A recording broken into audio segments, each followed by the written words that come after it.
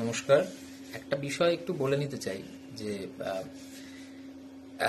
একটা জিনিস খুব চোখে পড়ে, সেটা হচ্ছে এই সোশ্যাল মিডিয়াতে, সেটা হচ্ছে এই কোনো শিল্পী, যে কোনো শিল্পী তার রাজনৈতিক অবস্থান, তার ব্যক্তিগত কার্যকলাপ, এইগুলোর ওপরে না, এইগুলোর জন্য তার যে সৃষ্টি, তার যে শিল্প, যা আমাদের ভীষণ রকম ভাবে নাড়া দিয়েছিল বা আমরা খুব ভালো সময় কাটিয়েছি সেই সেই শিল্পগুলো যখন আমরা পেয়েছি, সেগুলো ভুলে টুলে গিয়ে তা সেই শিল্পীর অবস্থানের উপর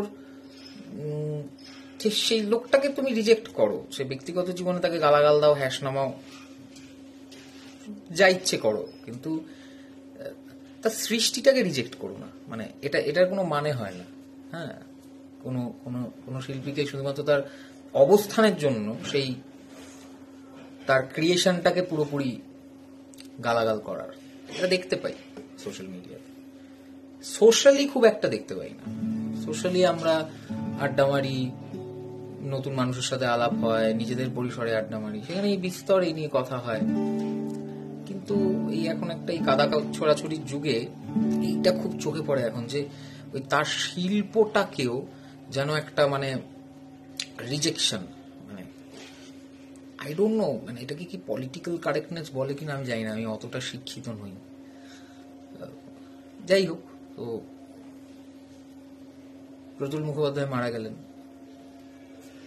আমিও গিটার নিয়ে গান করতে চলে এলাম, এটা নয় তো আর কি। মানে বাঙালি এমনিও যতদিন মানুষ বেঁচে থাকে ততক্ষণ তো পাত্তা টাত্তা দেয় না। তো এটা আমার কোনো প্ল্যান ছিল না যে উনি অসুস্থ আর আমিও একদম রেডি হচ্ছিলাম ওনার খবরটা কখন পাবো, সেরকম কিছুই নয়। ওই বাঙালির খুব খুব প্রিয় একটা শব্দ আছে না, ট্রিবিউট,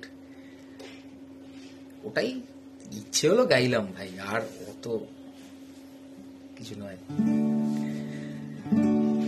আমি বাংলায় কথা কই, আমি বাংলায় কথা কই, আমি বাংলায় ভাসি, বাংলায় হাসি, বাংলায় জেগে রই।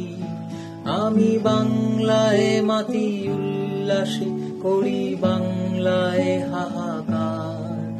আমি সব দেখে শুনে খেপে গিয়ে করি বাংলায় চিৎকার।